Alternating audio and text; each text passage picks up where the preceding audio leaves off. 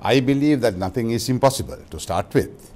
But in terms of terrorism, terrorism is basically a covered act.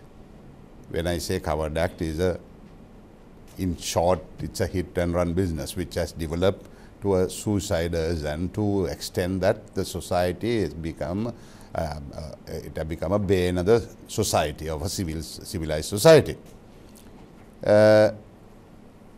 I would like to stress the fact.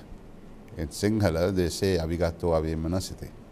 Right? The people who carry weapons will destroy themselves. So, any evil force that develops, that erupts from time to time, would also meet his end in a similar manner. That's what I believe personally. However, terrorism is so interwoven and internetted, and it has got momentum through various interested forces, quarters of different interest. Elimination of it may be a fairly tough task and a tough challenge. But it may be a case where you need to constantly fight them, which is, I think, happening in certain quarters. May not be sufficiently, but the world will realize as we go on destroying and eliminating one by one, that the society, a civilized society, how they would enjoy it and how better a civil society without terrorism. So, in that context, I think we will have more emphasis on this matter. I must also say one thing that is very significant to your question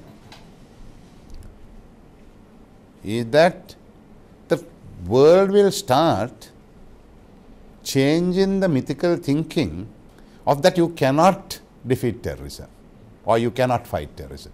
Because we set an example at the outset. After 30 years, we were able to, as you rightly mentioned, it was more a conventional army. Prabhakaran had all ingredients, components that was necessary for a conventional army. Air, sea, land, they were hold in banking sector, they were hold in trading sector. In fact, they could not get only one thing, that is the currency. Other than currency, I think all other things that was said to be impossible for a terrorist organization or another organization other than a government, a duly elected government, was carried out by Prabhakaran. Now, having said that, when the rest of the world, majority of the world, when they said that it is not possible even to think of eliminating Prabhakaran, the government did it. Government not only did away with a terrorist, Sri Lankan government did away with terrorism. That is very significant. Why I say that?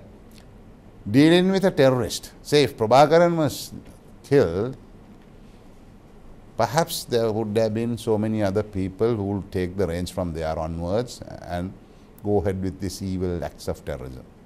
But here the government of Sri Lanka destroyed the entire terrorism and then gave a message, a clear signal. However they may be powerful, however their network across the world, however they are woven into the fabric of the globe, that it could be destroyed. Now, 2 years down the line, another notorious, one of the most ruthless terrorists, Osama bin Laden, was eliminated. So, that can lead to a pattern and it can give a lot of encouragement for the civil society, people who believe in justice, that terrorism can be defeated. So, it is encouragement that we have now given, and I believe that through that and lot of emphasis and lot of courage and kind of meticulous planning and meticulous strategies that put in place, perhaps we should be able to look into a better, a greener place in the society.